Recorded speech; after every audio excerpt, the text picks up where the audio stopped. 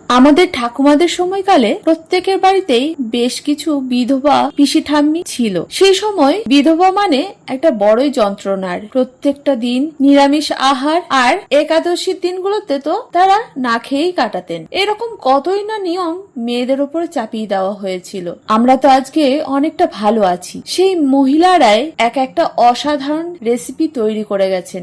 অসাধারণ ছিল তাদের রান্নার হাত। আজ আমি সেই পুরনো হেসেল থেকেই একটা রান্না আপনাদের সঙ্গে ভাগ করে নেব। আজ আমি সোমাশ্রী চলে এসেছি রোজকার রান্নাঘরের মতো আমার রান্নাঘরে একটা নতুন রেসিপি নিয়ে। আজ তৈরি করব মৌরি পটল।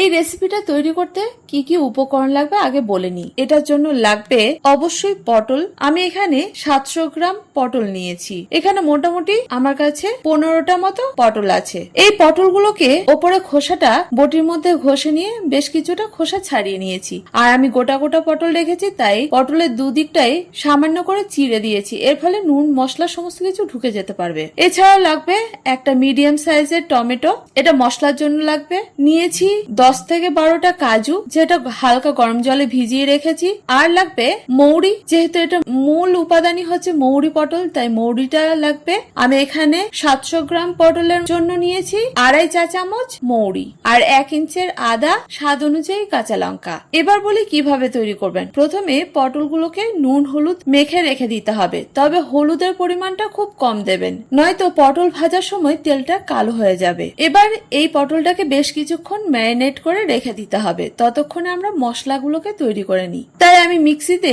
প্রথমে আদা, মৌরি আর কাঁচা লঙ্কাটাকে পেস্ট করে নেব। আমি আদাটাকে ছোট ছোট টুকরো করে নিয়েছি, এর সঙ্গে দিয়ে দিয়েছি মৌরি। অথচ এই গোটা মশলা বর্ষার সময় ভালোভাবে পেস্ট হতে চায় না, তাই এই টিপসটা যদি ফলো করেন মশলা খুব ভালোভাবে পেস্ট করা যায়। এর জন্য নিয়ে নিতে হবে স্বাদ অনুযায়ী নুন, তবে খেয়াল রাখবেন পটলে নুন দেওয়া আছে, সেই বুঝে নুনের পরিমাণটা এখানে দেবেন। আমি নুন দিয়ে দিয়েছি। এরপর শুকনো জল ছাড়া এটাকে আমি একবার গ্রাইন্ড করে নিয়েছি। দেখুন অনেকটা গুঁড়ো হয়ে গেছে।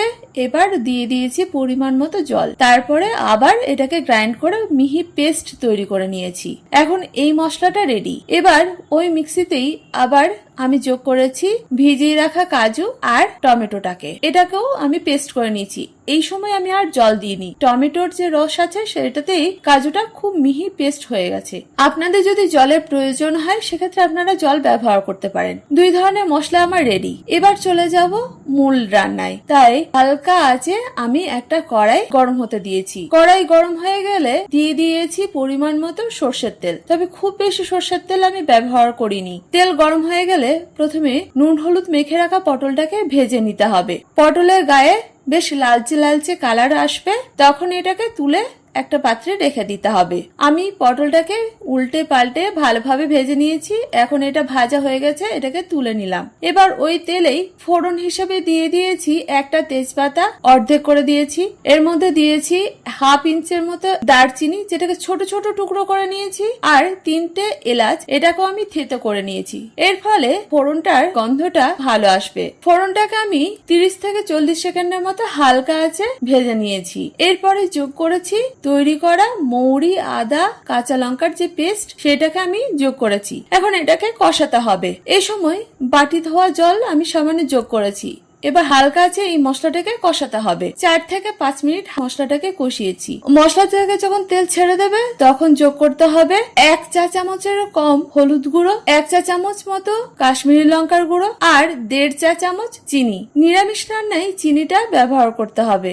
এই শুকনো মশলাগুলোকেও বাকি মশলার সাথে মিশিয়ে দিতে হবে, তবে এই প্রত্যেকটা মশলায় খুব ভালোভাবে আলাদা আলাদা করে কষাতে হবে। এরপর যোগ করেছি কাজু টমেটোর পেস্ট। এটাকে দেওয়ার পর ক্রমাগত নাড়াচাড়া করতে হবে। আর এই সময় ওই কাজুর যে পেস্ট ছিল সেই বাটিটাই আমি কিছুটা গরম জল দিয়ে এই মশলার সঙ্গে যোগ করেছি, যাতে মশলাটা খুব ভালোভাবে কষানো যায়, আবার না পোড়া লেগে যায়। কাজু দেওয়ার পর ক্রমাগত কিন্তু নাড়াচাড়া করতে হবে। সমস্ত মশলা যখন খুব ভালোভাবে কষানো হয়ে যাবে তখন দিয়ে দিতে হবে ভেজে রাখা পটল। পটলটাকে বাকি মশলার সঙ্গে কষাতে হবে। প্রায় আমি 2 মিনিট ধরে কষিয়েছি। এরপর আমি যোগ করেছি 2টো কাঁচা লঙ্কা আর হাফ কাপের থেকে কিছুটা কম গরম জল। যতটা গ্রেভি খাবেন ততটাই জল দেবেন, তবে খুব বেশি ঝোল এই রান্নাটাই হয় না। এখন এটাকে মাঝারি আঁচে রান্না হতে দিতে হবে। প্রায় 7-8 মিনিটের মতো রান্নাটা হবে। 7-8 মিনিট পরে যোগ করতে হবে হাফ চা চামচ গরম মশলা গুঁড়ো আর সব শেষে দিতে হবে 1 টেবিল চামচ গাওয়া ঘি। এখন রান্নাটা পুরোপুরি রেডি। এবার এটাকে ঢাকা দিয়ে রেখে দিন আঁচ বন্ধ করে। এই রান্না গরম গরম ভাত, পোলাও অথবা লুচি, পরোটা জাস্ট অসাধারণ লাগবে। অনেকেই নিরামিষ রান্নায় কি করবেন খুঁজে পান না, তাই এই রান্নাগুলো আপনারা একবার বাড়িতে তৈরি করে দেখুন, বারবার খেতে চাইবেন নিরামিষ রান্না। তাহলে দেরি কেন, ঝটপট তৈরি করে ফেলবেন। আর কেমন হয়েছিল সেটা ছবি সহই কমেন্ট করবেন। আমার রান্না বা রেসিপি কে কোথা থেকে দেখছেন সেটাও কিন্তু কমেন্ট করে জানাতে ভুলবেন না। আমার রান্না যদি আজকেই প্রথম আপনি দেখে থাকেন, ইউটিউব থেকে দেখে থাকলে চ্যানেলটাকে সাবস্ক্রাইব করবেন, পাশে থাকা বেল আইকনটা প্রেস করে রাখবেন, সবার প্রথমে আমার রান্না যেন আপনার কাছে পৌঁছে যায়। আর ফেসবুক থেকে দেখে থাকলে পেজটাকে ফলো করতে ভুলবেন না। আমার রান্না বা রেসিপি ভালো লাগলে লাইক শেয়ার করতেও ভুলবেন না, আমার রান্না যেন আপনাদের মতো অনেকের কাছে পৌঁছে যায়। আজ এই পর্যন্ত, দেখা হচ্ছে পরবর্তী ভিডিওতে নতুন কোনো রেসিপি নিয়ে। আপনারা ভালো থাকুন, সুস্থ থাকুন, ধন্যবাদ।